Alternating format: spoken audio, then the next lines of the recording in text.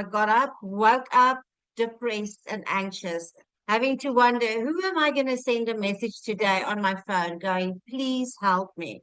That was literally my life. I literally got to a stage where I thought, wait, is this what life is really about? Just working, every day in and day out.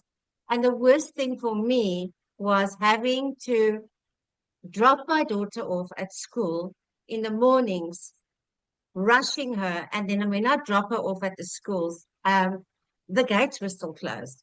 And I had to leave her there because I had to get to work, because that sometimes would be 2 hours in traffic that I have to sit because I got to be at work. And when Michelle said, how many 1,400 deals per month do you need just to make ends meet? And I tell you what, $1,400, which is what I had on Tuesday, was literally my month sorted out for me. So yes, I was scrolling on TikTok one day. I don't know about you guys. I'm sure you do that as well, because I wanted to forget about my problems. It was, that doom scrolling where you just want to forget about reality, because reality wasn't nice. I didn't like my reality.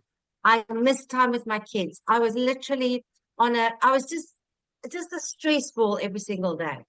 And I tell you what, one day, it was September of 2023. I was scrolling here on TikTok as I would do to forget about my problems. I came across Michelle and she came on my For You page. And when she said 2 hours a day, I was like, oh, come on, lady, you must be joking. I was like, no way, how can you work 2 hours a day? And then she said that she made $700,000 in 1 year. And she didn't even know what TikTok was. It just sounds too good to be true.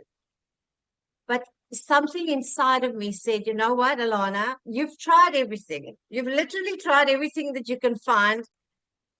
If I don't try something again, that means I'm going to stay exactly where I am. And I don't want to be where I'm at anymore. I don't want to spend another 20 years working for a boss that doesn't care about me.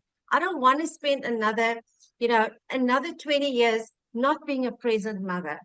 So I kid you not, we were driving back from a weekend away that a friend invited us to, and I couldn't even afford a coffee because I had a little bit of money left at the end of October for the month of November. And it was a Sunday. And I don't know about you guys, Sundays are the worst for me because I knew tomorrow is a new week and I've got to get back on that hamster wheel again. And something inside me literally just said, that's it. I don't care anymore.